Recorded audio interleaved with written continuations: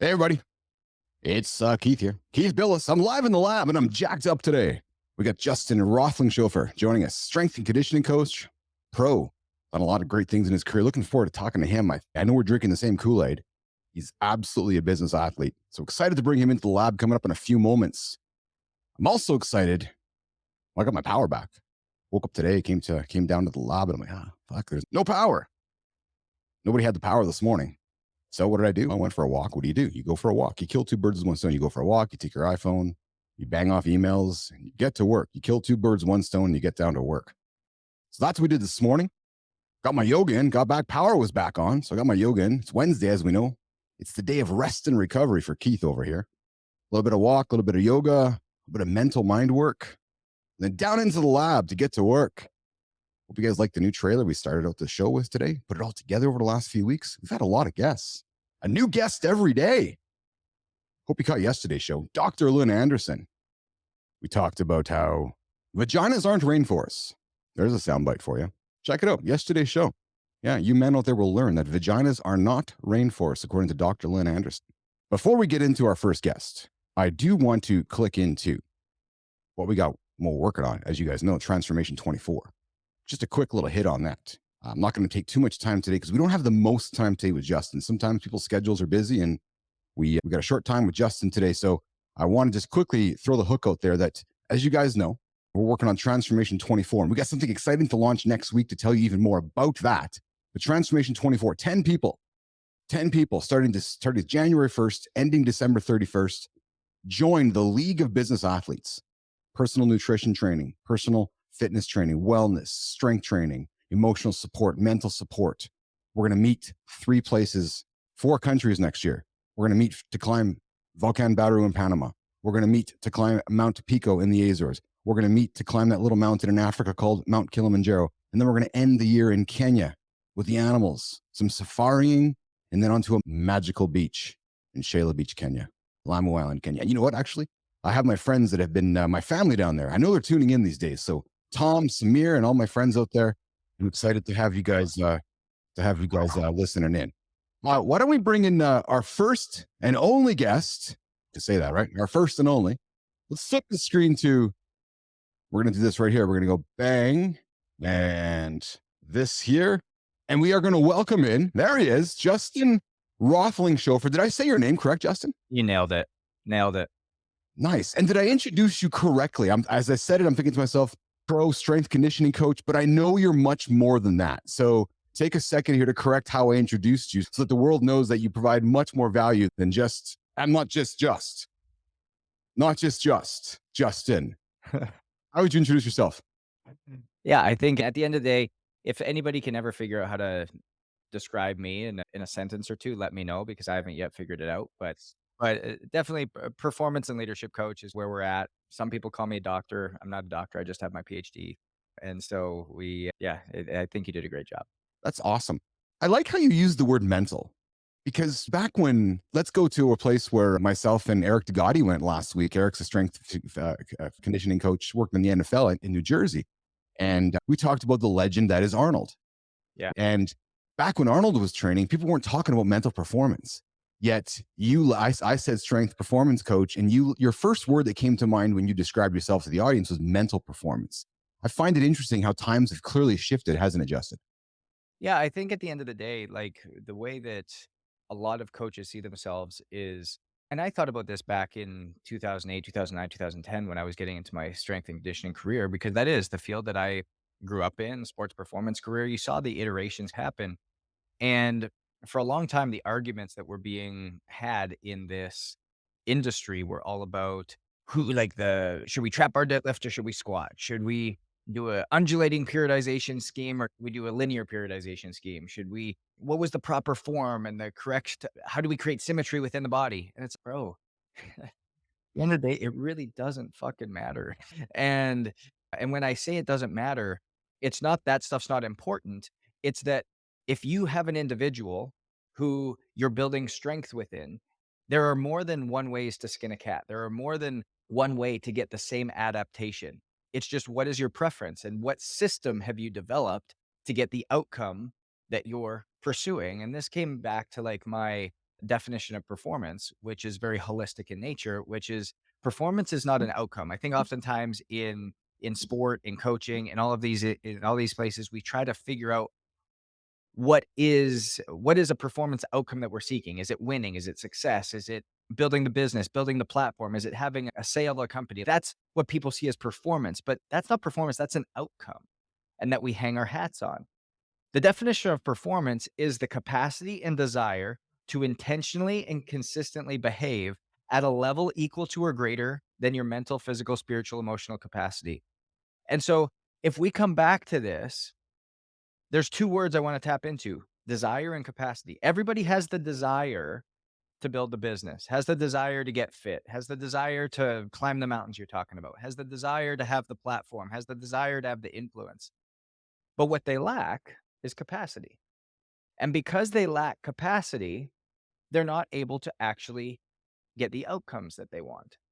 And the only way that you gain capacity is through intentional and consistent behaviors, which have to come down to a system. If your system is not correct, the outcomes are inevitable. I love that you used the other C word, which was consistent. Because I will be honest with you, I never really it never I never looked at it from from the perspective of capacity. To me, it was more, I believe humans have a hard time consistently doing the same thing because it's boring over and over to get the results that they desire because we want it to happen quickly. But I like how you position it as the capacity. That's you don't have the capacity to be consistent. You need to look in the mirror to find that capacity within yourself, that accountability within yourself to be consistent is the most boring word in the world. But when you do it, it's the most successful word in the world, isn't it? 100%. At the end of the day, when you do something consistently and it's consistently aligned with where you want to go, the outcome is inevitable. And I want people to like really hold on to this. If we were to come here at the end of the day, and Keith, if I was to ask you, what would you want in 5 years? Just give me a very simple answer. What do you want in 5 years? I want to, I can tell you exactly what I want. It's the lifestyle that I believe in, which is I want to be able to go tobogganing down the mountains when I'm 70 and 80 years old and not break any bones, not break my hip, but be active, be healthy, and be able to do that, whether that's 5 years, 10 years, 25 years from now. And I need to do something every single day so that I can do that. Correct. So literally what you've just done, that outcome will be inevitable. It's already done. It's already there. You've already accomplished it if you set a system up Mhm. that every single day you're intentional and consistent with. If you exercise the way that you do, if you're intentional about what you're doing, if you're intentional about what you're eating, if you're intentional about how you're sleeping, if you're intentional about how you're strength training, you're doing it consistently, whether you're at home, whether you're on the road, and you've built the systems to allow that to happen, the outcomes 20, 30, 40, 50, 60, 70 years down the road are inevitable. You've already got it. If you want to build a business, it's actually very simple. You follow these steps, you do them consistently over time, the outcome is inevitable. But the thing is that we want it so quickly that we haven't built the capacity. Remember, desire and capacity. Everybody has the desire, not everyone has capacity. We haven't built the capacity to stay in something long enough to get the desired outcome.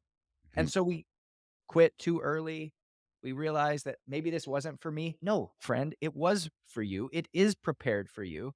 You just haven't had the staying ability to be consistent long enough to seek the outcome that is inevitable if you were to just stay along that road. And so I say all of that to come back to the concept that what I've learned in the concept of performance has to be mental, physical, spiritual, and emotional. You have to integrate everything together. And if you don't, all you're left with is a big, powerful cupcake at the end of the day, who doesn't have the discipline, who doesn't have the mental awareness, who doesn't have the emotional intelligence, who doesn't have the spiritual connection, who's unfulfilled, who's frustrated, and could be on the cover of a men's health magazine. But at the end of the day, what does that really matter? I like how you've introduced the new definition or a redefinition of performance. It's not the end. I've always looked at it's why I've always enjoyed trekking, Justin, or trekking up a mountain or trekking somewhere.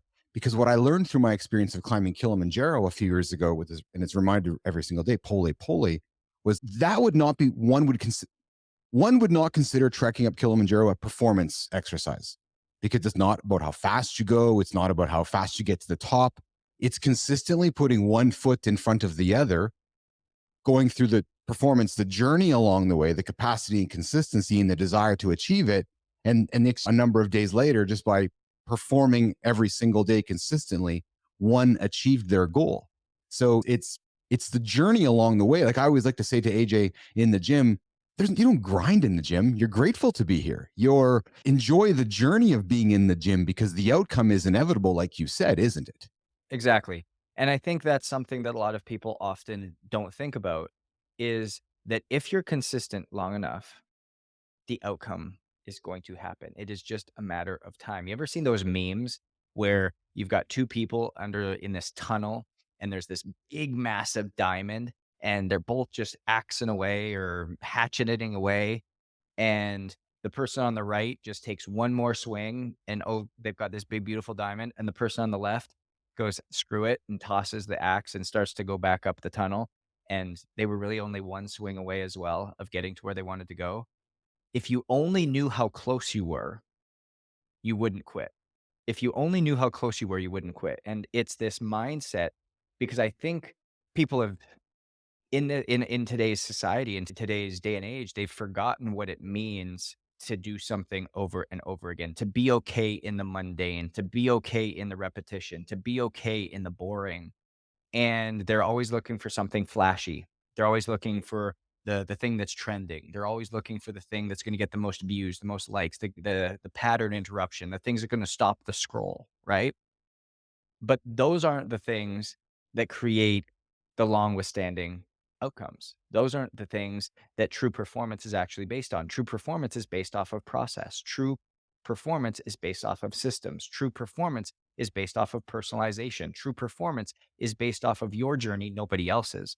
And until we get that through our minds, until we have that mind shift, we're constantly going to be going up against this wall that doesn't allow us to break through and realize our true potential, which will continue to create this inner frustration, this spiritual discontentment that we have to battle with and stew with on a day to day basis. Justin, you worked with pro athletes around the world. You've trained hundreds of them. Would that be fair for me to say? Yeah. So you've worked in the NHL. You've worked with other pro athletes. What is something you have specifically learned from some of the elite, some of the considered elite athletes that you watched come to work every single day, from young Justin to growing up to middle age to work perhaps where you are today in your time of life? Watching those elite athletes, what were they doing on a consistent basis that opened your eyes up to what was driving them success? So I'm going to answer that question with a story. And Bryce Harper is somebody who I've come to do a lot of work with and have just been the guy's an animal. If you're watching the playoffs right now, the guy's having a historical playoff run, and it's no surprise. You're gonna hear a lot of words repeated over and over again through this whole interview, and you're gonna hear the words capacity, you're gonna hear the words inevitability, you're gonna hear the words consistency, because this is what it's all about. And the cool part about Bryce or anybody else that's highly successful and performs in the elite times, performs when it matters. And that's what people would see as performance, right? These outcome metrics. Mhm. Bryce hitting 2 home runs in a NLCS game. Him coming up and having 9 home runs in his postseason when he hadn't had really that track record yet. Guess what? It was inevitable that was gonna happen because the guy prepares over and over and over again, like it's the World Series, bottom of the 8th, bottom of the ninth, down 2 runs, 2 runners on, and he hits the walk-off. Like, he's done it in his mind so many times, and that's how he's prepared. It's inevitable that's gonna be his outcome. It's inevitable that's how he's gonna show up. Now, does the outcome always happen that way? No. 67% of the time, he's striking out, he's grounding out, he's flying out. But guess what? Every time he steps up to the plate, it's inevitable that he thinks that he's gonna hit that ball. It's inevitable that he's gonna show up there. He has that level of confidence because he's prepared that way, and that's the consistent day in and day out batting practice that's gotten him there, and he has the mindset that I'm coming into the batter's box and I'm gonna hit a home run. Does he always do it? Of course not, but that outcome is not a determinant of who he is, what his value is, what his worth is, how good he is. What is an indicative of his process? He just goes back to his system and he checks away. So if he has a bad 5 game stint where he hasn't hit a home run, he's doing the same process because guess what? The next time he gets in the batter's box, whether he was 5 for 5 or 0 for 5, he's still coming in assuming that the ball's going out of the park the next at bat. And that is what it all comes back to. So I tell that story because your question is, what have I learned? Number one, they have elite processes, elite, like processes and systems that they stick to, processes and systems that are individual to them, processes and systems that are tailored to the needs and desires of what they're ultimately wanting to accomplish. And number two, they're consistent to a fault. They are just consistent. They don't do anything amazing. They are not more talented than you. They're not more gifted than you. They're not more intelligent than you. They're simply more consistent than you. That's it. That's why they get the outcomes and you are left wondering what if. Justin, you also use the other C word here. We have a lot of C words: consistency, capacity. You use the third one, confidence. Yeah. For a lot of our audience, men, maybe within my demographic, maybe within your demographic, they're sitting at their desk, they're at their corporate career, they're in their business, they're trying to start a business, they're looking in the mirror and they're feeling shitty about themselves. They lack the confidence. They're looking at imposter syndrome. They're thinking, fuck, how do I get to the next spot? How do I get out of this rut? How do I find the consistency and add structure to my life? This is gonna be a little bit of a taste of honesty for a lot of people that is sometimes hard to take. But the reason you don't have confidence is because you haven't done the work. It's a simple answer. When is the last time that you went to the gym, you showed up consistently, you did the work, and you left going, Man, I'm not very strong. Oh, man, I'm not very confident in myself. When's the last time you went, you put in the 5, 6 months of training, went and climbed a mountain, got to the top, and came back down and went, "My wife doesn't like me. I'm not confident in myself." You haven't. Because when you put the work in, when you pay your dues, when you keep promises to yourself, when you put a plan in place and then you go and execute it consistently, confidence is the outcome. Please don't misconstrue the process for the outcome. So many people out there are striving for an outcome. They're reaching for this. They're chasing this thing and you get to the one thing and the next thing and the next thing, and it's never good enough. Oh, when I get the promotion, I'll be confident. Oh, when I get the car, I'll be confident. When I get the house, I'll be confident. No, friend. When you commit to a system, when you commit to consistency, when you commit to a process, the outcome that you're chasing all of a sudden stops becoming the thing you're chasing and it starts to chase you. It actually starts seeking you out. You see these people that are uber confident and they're like, oh, they're arrogant, they're cocky. No, they've just put the time, effort, and work in consistently. They already know what the outcome is. But I Justin, I'm know. too busy. I'm too busy. I don't have time to work out and take care of myself. Then all you're doing right there is literally at the 3 yard line saying, hey, I don't want to take the risk. I don't want to make the play. I really don't want the outcome that I'm searching for. Because what did I say at the beginning? Capacity and desire. Everybody has the desire to have the nice car. Everybody has the desire to have the nice home. Everybody has the desire to have the nice business. Everybody desires to have the nice platform. Everybody desires to have the impact and influence. But not everybody has the capacity, not because you're not smart enough, not because you're not good looking enough, not because you're not intelligent enough, not because you don't have a good enough idea. It's because you don't have the systems, you don't have the process, and you don't have the consistency, nor the intentionality of where you're actually wanting to go and implementing it at an elite level. At the end of the day, it comes down to ownership.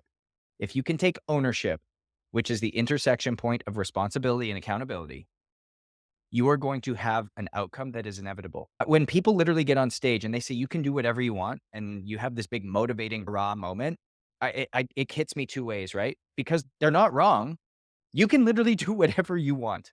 If you want to go and build $100 million business, you can absolutely go and do that. But are you willing to pay the price of what it's going to take to get there by ultimately engaging in the systems and the processes? You won't build it overnight, but in 10 years you could. Are you willing to go through that process in order to get there? Because all it is a framework. All it is, it's been done many times. The systems and the frameworks are out there, but are you willing to pay the price? And I was doing some work. I'm sure people are familiar with Gary Vee. And there was one of his apprentices, somebody who's following him side by side. And we were talking one day, and I said, "So when are you gonna go and do your own thing and become your own Gary Vee?" Like, I just asked him that curiously. And he said, "Ugh, if doing this for the last couple of years has taught me anything, I don't want the private jet that Gary Vee has. I don't want the platform that Gary Vee has. I don't want any of that because I'm not willing to work that hard." And I was like, wow, that is so refreshing. Instead of hearing from a guy, "I could do what Gary does." No, you couldn't, because you're not willing to put the time in. You're not willing to be consistent as he is. You're not willing to show up day after day. You're not willing to pour into people. You're not willing to serve at the level that he does. You're not willing to follow the system and the process that's necessary in order to get the outcomes that he's wanting that are inevitable. Look at I challenge anybody right now. Go look at anybody who is a, let's call him a B-list influencer, somebody who's got some momentum behind them.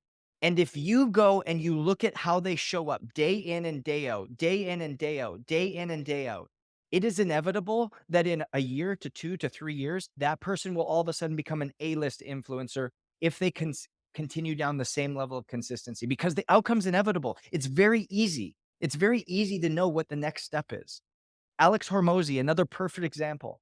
Alex is consistent to a fault. He puts out great content.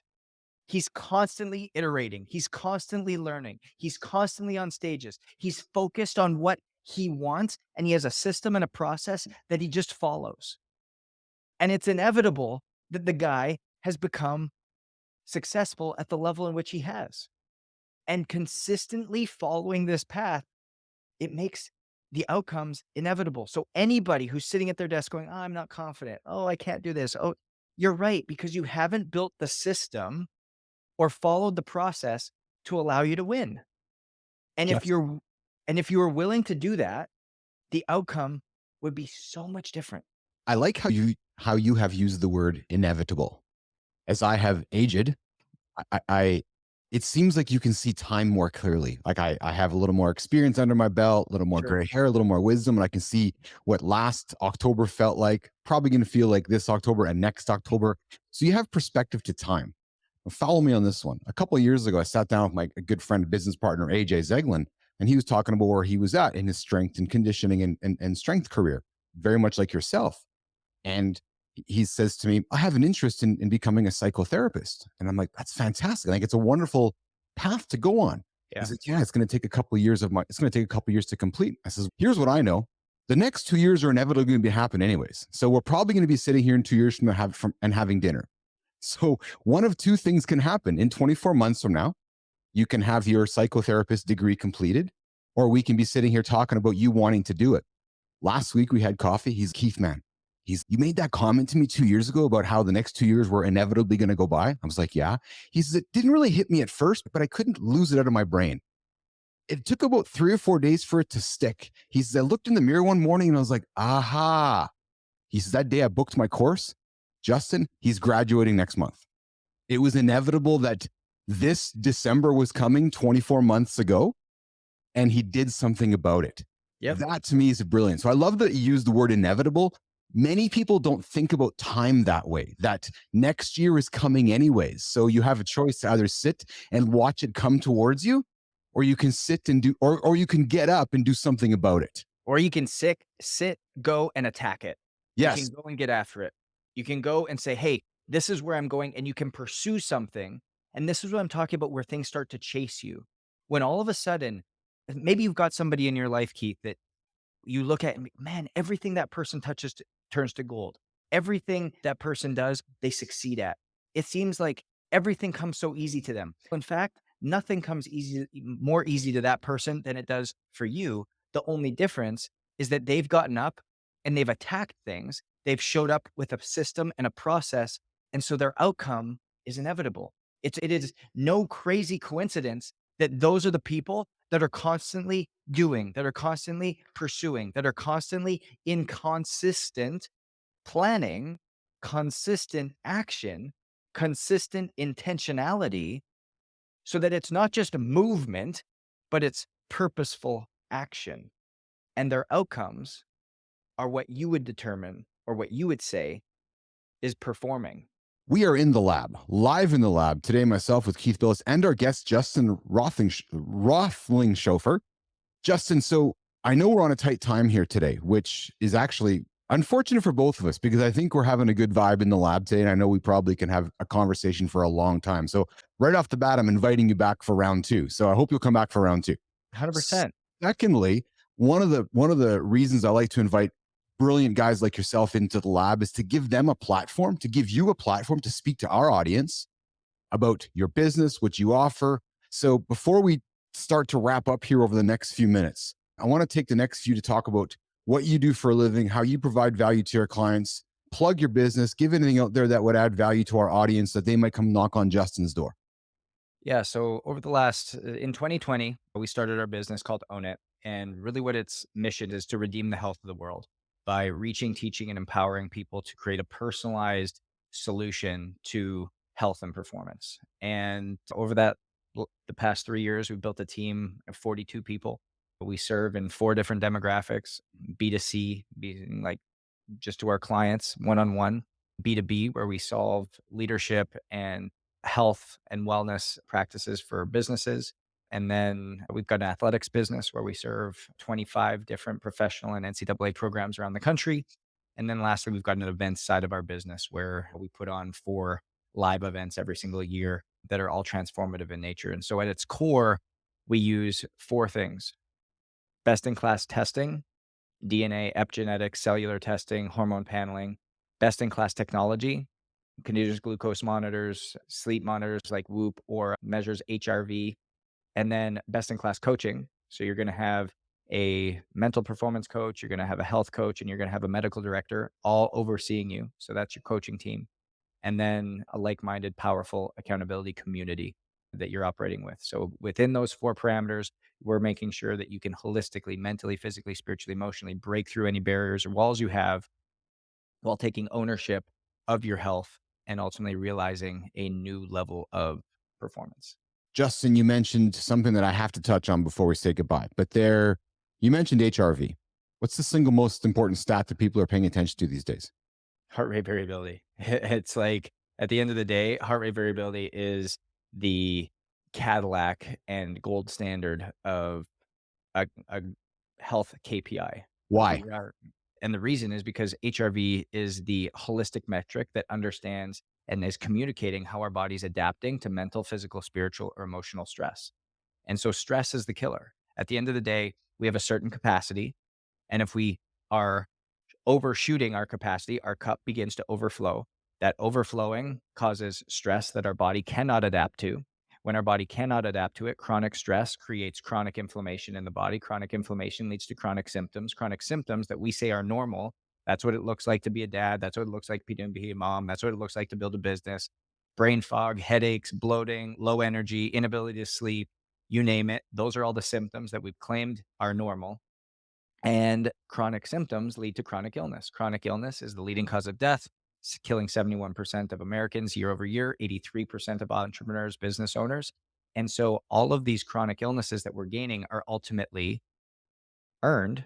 We either earn our health or we earn our illness. It's our choice.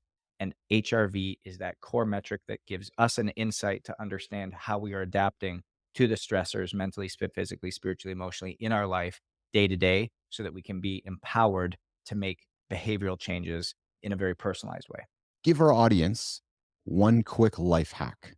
Oh man, you're going to hate me for this, but I hate hacks. And the reason I say I'm like the opposite of hacks is if Because we you're about ever have to, sustainability. Because you're about sustainability, right? You're like, no, hacks. A hack is like a resolution, Keith. It's going to come and go. You need to find something that's sustainable. Did I perhaps paraphrase really what you wanted to say? yes, you did. And so a life hack I would say is stop looking for the life hack. Good one. I think what I can say next, Oliver Brown, adventurer, he offered a life hack to our audience, which I thought was relevant because I'm not a hack guy myself, but he gave maybe it's a tip, which was the single greatest life hack he did was he just stopped drinking.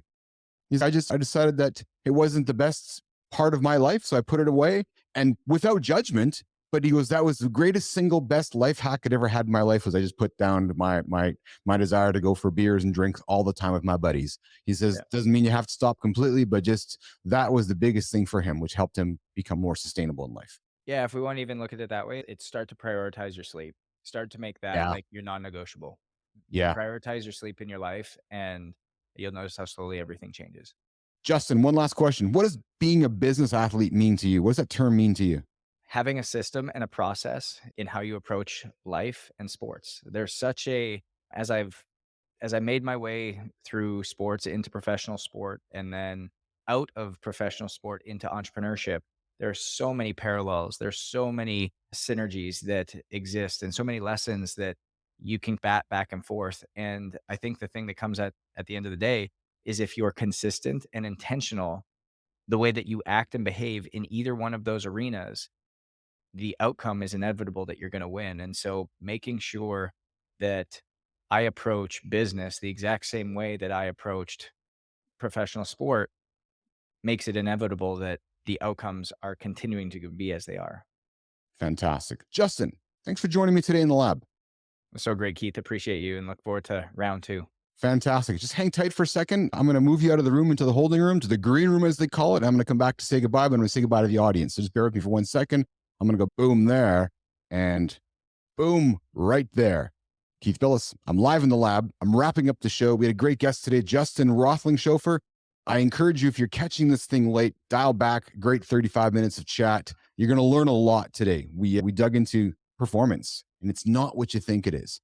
Listen, we're live in the lab Monday to Friday, noon Central Time. You'll find us on YouTube. We chop up stuff and throw it up on LinkedIn, Instagram, all the social channels, and so forth. Find us on LinkedIn, find us on X. I'm Keith Bilous. I'm live in the lab. Subscribe to the channel, like, comment. We're building a machine here. We're getting great feedback, and we're on a fly.